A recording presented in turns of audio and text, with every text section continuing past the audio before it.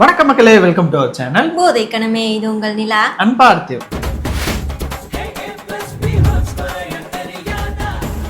இன்னைக்கு நம்ம என்ன வீடியோ பார்க்க போறோம் அப்படின்னு பார்த்தீங்கன்னா, ஓம் படத்துல இருந்து டீசர் லாஸ்டா விட்டுருந்தாங்க. ஸோ டைட்டில் டீசர் பார்த்துட்டு எல்லாரும் ஓ ஓன்னு எல்லாரும் அப்படியே ஹைப் ஆயாச்சு. அதுக்கப்புறம் இப்போ வந்துட்டு சாங் ஒன்று வந்திருக்கு, ஃபர்ஸ்ட் சிங்கிள். அது என்ன, அலோ போவாவா? அது தெரியலங்க சத்தியமா. இப்போ நம்ம சாங் பார்த்தா கூட அது உள்ள என்ன சொல்றாங்கன்னு தெரியும். நம்ம பார்க்காமலே ஜஸ்ட் பார்த்துட்டு அப்படியே ரியாக்ஷன் பண்றதுனால அந்த நேம் கரெக்டா ப்ரொனவுன்ஸ் பண்ண முடியல. அது வாயிலே நுழைய மாட்டேங்குது. சாரி, எனக்கு வந்து விக்கல் வந்துட்டே இருக்கு. நானும் ரொம்ப நேரமா கண்ட்ரோல் பண்ண ட்ரை பண்றது, கண்ட்ரோல் ஆகல. இடையில வந்து டிஸ்டர்பன்ஸா இருந்துச்சுன்னா கொஞ்சம் அட்ஜஸ்ட் பண்ணிக்கோங்க.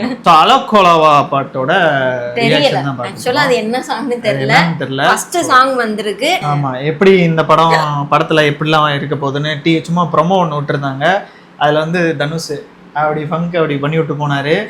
ஆமா, அதுல இருந்து எல்லாரும் ஹைப்ல இருந்தாங்க, எப்படி இருக்க போகுது பாட்டு அப்படின்னு. இந்த ப்ரோமோ வந்துருந்துச்சுல, அந்த ப்ரோமோல வந்து ஒரு ஆப்பிரிக்கன் வந்து பைக் ட்ருன்னு ஒரு சவுண்ட் வரும். அந்த சவுண்ட் மாதிரியே இருக்குன்னு சொல்லி நிறைய பேரு மீம் போட்டிருந்தாங்க.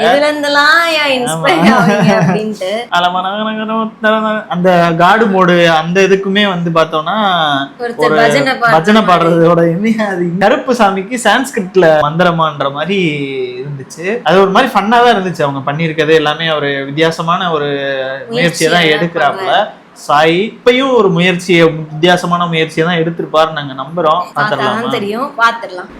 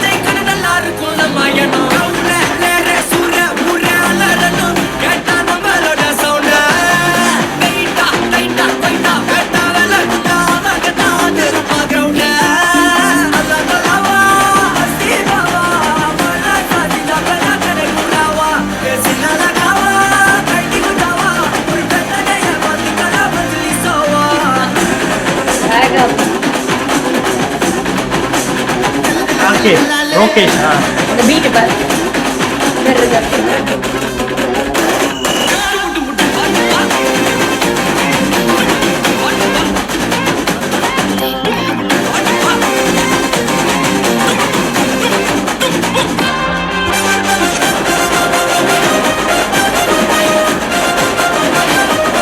தெலுங்கு சாங் பாக்குறது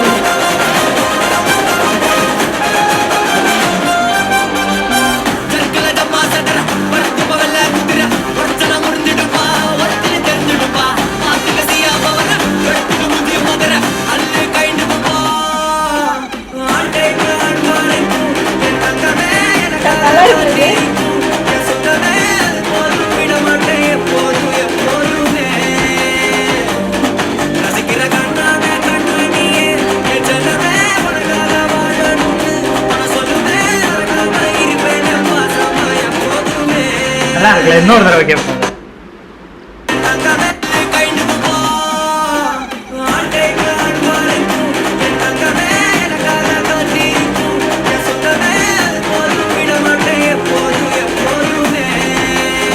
டான்ஸுக்கு சொல்ற மாதிரியா?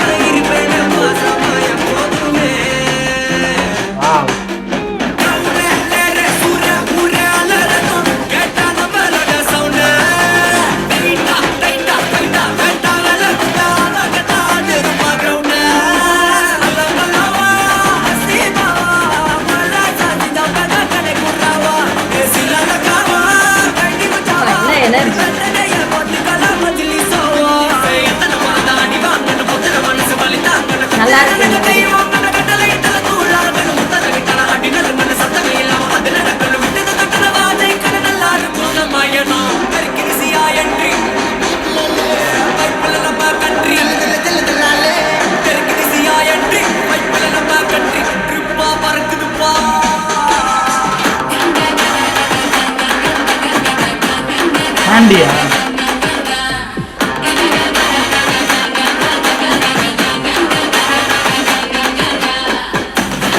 சாண்டியா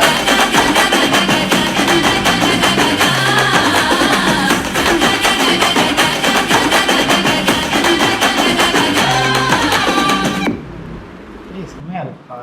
அந்த பீட் பின்னாடி ஓடுதுல அது செம்மையா இருக்கு.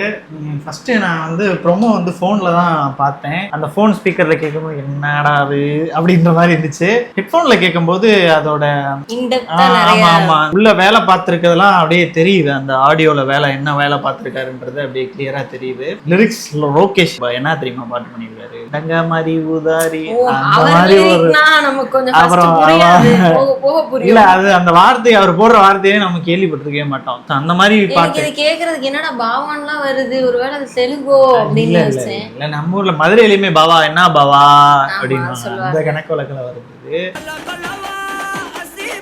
ஆனா இது கேட்கும்போது ஒரு மாதிரி வித்தியாசமா நல்லா இருக்கு. இது அந்த இடையில வர்ற எனக்கு அந்த ஒரு இடம் எனக்கு ரொம்பவே செம்மையா இருந்துச்சு. அது ஃபேன்ஸ்காண்டியே பாடுன மாதிரி இருந்தது. செம்ம ஃபீலா இருந்துச்சு. அது கேட்கும் போதே ஆஹா அந்த ஆல் டைம் அன்பா இருக்கும் என் தங்கமே அதுவும் அந்த சாயோட வாய்ஸ்ல கேட்கும் போது சாட்டுக்கு இவரே எல்லா பாட்டும் பாடிடுவாரு போல. யார் எதுக்கு இவரை போட்டுக்கிட்டு சிங்கர் எதுக்கு தனியா போட, நானே பாடுறேன் எதுங்க அப்படின்னு சொல்லி அவரே பாடிடுவார் போல. சிங்கருக்கான சம்பளம் டி வெர்ஷன்ல கேட்கணும்னு ஒரு ஆசை இருக்கு. யார் வருஷத்து டி வெர்ஷன்ல கேட்கணும் அப்படின்னு ஒரு ஆசை இருக்கு. சாய் வந்து இத வந்து கேட்டீங்கன்னா நம்ம வீடியோலாம் வரல பாப்பாரா சாய் இத கேட்டீங்கன்னா இந்த கோரிக்கையை வந்து நிறைவேற்றுவீங்க. என்னதான் வந்துட்டு அவரை நடிச்சு பார்த்தாலும் அது வந்து எங்களுக்கு வந்து பத்தாது. அவர் அந்த வாய்ஸை கொஞ்சம் ஓக்கல் கார்டை ஓப்பன் பண்ணீங்கன்னா அப்படியே பயங்கரமா அப்படியே ஹெவனுக்கு போட்டு போயிடும். வாரம் வந்து ஒரு சண்டை வந்துருது. இப்ப என்னன்னா மெயின் பேஜ்ல ஃபுல்லா எல்லாம் போட்டு தள்ளிக்கிட்டு இருக்காங்க. அணி வந்து இங்கிட்டு ஒண்ணு எறிறாரு, இங்கிட்டு இருந்து சாய் ஒண்ணு எறிறாரு. ஆனா அணியும் சாய் நான் ஒண்ணுன்ற மாதிரி அப்படி நான் போட்டிக்கு பத்தி பேசல நானு. ஏன்னா அணி வேற சாய் வேற. ஸோ ரெண்டு பேருமே வெவ்வேறு மாதிரியான டியூனை தர்றவங்க. யாரோடையும் கம்பேர் பண்றது இல்ல. விஜய் அஜித்னு சண்டை போட்டுட்டு இருந்த காலம் போய் எஸ்டிஆர் தனுஷ் அப்படின்னு சண்டை போட்டுட்டு இருந்த காலம் போய் மியூசிக் டைரக்டரோட சாயா அனிருத்தா அப்படின்ற மாதிரி போய்கிட்டு இருக்கு. இப்ப இனிமேல் வந்து மியூசிக் டைரக்டருக்கு தான் இந்த மாதிரி ஒரு நம்ம வந்து கம்பேரிசன் பண்ணாம ஒருத்தரோட அந்த ஃபிளேவரையும் நம்ம கரெக்டா ரசிக்க ஆரம்பிச்சோம்னா அந்த முழு பலனும் நமக்கு கிடைக்கும். உண்மைதான். நான் இப்ப இந்த டிசில வந்து ஒரு பாட்டு கேட்கறேன் அப்படின்னா அந்த பாட்டை மட்டும் கேட்கணும். ஓகே இது வந்து அனிருத் பட்டாரு, இவரோட பாட்டு மட்டும் தான் கேட்கணும்னு இல்லாம வா செம்மையா இருக்குப்பா அப்படின்னு அதை கேட்கறோமா, அடுத்து இங்கிட்டு வரோமா, இங்கிட்டு வந்துட்டு இது ஒரு மாதிரி இருக்கு. அதாவது நல்ல பாட்டு எந்த ஆர்டிஸ்ட் வந்து வந்தாலும் ரசிக்க வேண்டியது தானே. அந்த நல்லா இருப்போல நாங்க ஃபர்ஸ்ட் தடவை பார்த்தப்ப கேக்கும்போது லிரிக்ஸ் அப்படின்ற மாதிரி இருந்துச்சு. ஆனா அது வந்து இப்ப எங்களுக்கு பார்த்தோம்னா இப்ப வந்து ஓயாம நாங்க கேக்குற சாங்கே எனக்கு அடிக்ட் ஆயிருச்சு. அது என்னடா பாட்டு செம்மையா இருக்கேடா அப்படின்ற மாதிரி மாறிட்டே இருக்கும். ஐடியாலஜி மாறிட்டே இருக்கிறதா வந்து பகுத்தறிவு. ஸோ அது வந்து நமக்கு வந்து ஒருவேளை இது நல்லா இல்லாம தோணும், கொஞ்ச நேரம் கழிச்சு அதை பார்க்கும்போது நல்லா இருக்குன்னு தோணும். அது மாறிட்டே இருக்கணும். ஆக்சுவலா ஒரே மாதிரி இது இப்ப அஜித் பிடிக்கணும், அஜித் மட்டுமே பிடிக்கும்னு சொல்லிட்டு போறதை விட அஜித் பிடிக்கும் ஆனா அவர் ஏதாவது ஒரு தப்பு பண்றாரோ ஏதாவது ஒரு இது அது அதை வந்து நம்ம அது மாதிரி நம்ம வந்து மாறிட்டே இருக்கும். நம்மளோட மனநிலை மாறிட்டே தான் இருக்கும். சோ அப்படிதான் வந்து நான் கலவி நீங்க கமெண்ட் செக்ஷன்ல அது அந்த டைம்ல நமக்கு கேட்கும் போது அது ஃபர்ஸ்ட் இம்ப்ரெஷன் தானே நம்ம ரியாக்ஷன்ன்றது. இப்ப வந்து நம்ம 10 ஒரு 20 தடவை கேட்டா நல்லா இருக்கு இந்த பாட்டு இப்ப ரியாக்ஷன் போடுவோம் அப்படின்னு சொல்லாம அது அப்படி வராது. பியூரா நாங்க மிச்சவங்க எப்படின்னு எனக்கு தெரியல. பியூரா நம்ம பண்ணணும்னு நினைக்கிறோம். பார்க்கும்போது நமக்கு என்ன ஃபீல் வருது, எப்படி கேட்கும் போது ஆஹா இது நல்லா இருக்கே அப்படின்னு ஃபர்ஸ்ட் டைம் கேட்கும்போது அது ஃபீல் ஆச்சுன்னா ஓகே நல்லா இருக்கு அப்படின்னு. 2வது தடவை 3வது தடவை கேட்டுட்டு நமக்கு ஆஹா நம்ம ரியாக்ஷன்ல இந்த மாதிரி சொல்லிட்டோமே அப்படின்னு நம்ம நினைக்கிறதெல்லாம் உண்டு. அது வந்து நம்ம அது வந்து தப்பு சரின்றதுக்குள்ள நம்ம அதை கொண்டு போக முடியாது. அப்படி பார்த்தா அந்த டியூடோட அந்த ஃபர்ஸ்ட் வெர்ஷன்லாம் வந்தப்போ நம்ம பயங்கரமா செலிப்ரேட் பண்ணோம். எங்களை நிறைய பேர் வந்து இதெல்லாம் நல்லா இருக்கு ஊரும் பிளட்டுக்கு வந்து நாங்க தான் செலிப்ரேட் பண்ணோம். கேட்கும் போது செம்மையா இருந்துச்சு, வாவ் செம்மையா இருக்கு. அதுல வந்து நிறைய கமெண்ட் நீங்கலாம் வந்து என்ன பாட்டு கேவலமா என்ன ரியாக்ஷன் பண்ண தெரியுது, உங்களுக்கு எல்லாம் என்ன அறிவு இருக்கு அப்படின்னு. கடைசியில பார்த்தா இன்னைக்கு வந்து அந்த பிஜிஎம் இல்லாத இடமே இல்ல. எங்க பாரு அந்த பிஜிஎம் தான் ஓடிக்கிட்டு இருக்கு எங்க பார்த்தாலும். அது அந்த சியா என்ட்ரி பாத்தியா? நினைச்சு பார்க்கல. மம்பூட்டி வந்துகிட்டு இருக்காரு. சரி பேனர்ல மட்டும் காட்டுவாங்க போல, என்ட்ரி வராம அப்படின்னு நினைச்சேன். பார்த்தா என்ட்ரியாவே கொடுத்துட்டாங்க. இது வந்து எப்படிப்பட்ட படமா வரப்போகுதுன்னு அடுத்தடுத்து வர பாடல்கள்லயும் அடுத்தடுத்து வர ட்ரெய்லர்கள்லயும் நமக்கு தெரிஞ்சிரும்னு நினைக்கிறேன். தனுஷோட டான்ஸை பத்தி நம்ம பேசவே இல்லை. ஐயோ என்னப்பா, அவர் எனர்ஜி குறையவே குறையாது போல இந்த மனுஷனுக்கு, அந்த மாதிரி இருக்காரு. செம்மையா பண்ணிருக்காப்ல. அந்த கியூட்னஸ் இருக்குல்ல, அந்த ஃபங்க் அப்படி பண்ணி விடும் போது ஆஹா ஃபங்க், ஆஹா நம்மளும் அடுத்து ஃபங்க் வளர்க்க முடியாது அப்படின்ற மாதிரி. ஆக்சுவலா இவரை ஸ்கிரீன்ல பாக்குறத விட ஷூட்டிங் ஸ்பாட்ல பார்க்க இன்னும் நல்லா இருக்கும் போல. நான்லாம் பார்த்துருக்கேன். இல்ல நான் வந்து ஜெகமேதந்திரம் ஷூட்டிங்லாம் போயிருக்கேன்.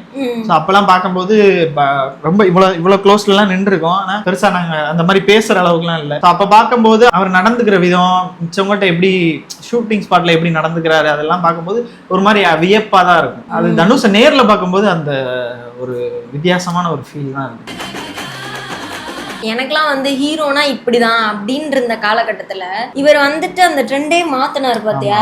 என்ன ஹீரோனா இப்படிதான் இருக்கணும், யார் வேணா ஹீரோவா இருக்கலாம், நடிப்புலதான் மேட்டர் இருக்கு அப்படின்னு சொல்லிட்டு அந்த ஒரு பார்வையவே மாத்தினது இவர் தான். டிசியோட ஆல்பம் எல்லாரும் வந்து கேட்டுட்டு இருக்கீங்க. அது அரை மணி நேரம் சத்தியமா வந்து நான் அதோட டைம் கூட பார்த்தேன். ஆஹா 1/2 மணி நேரம் இருக்கு.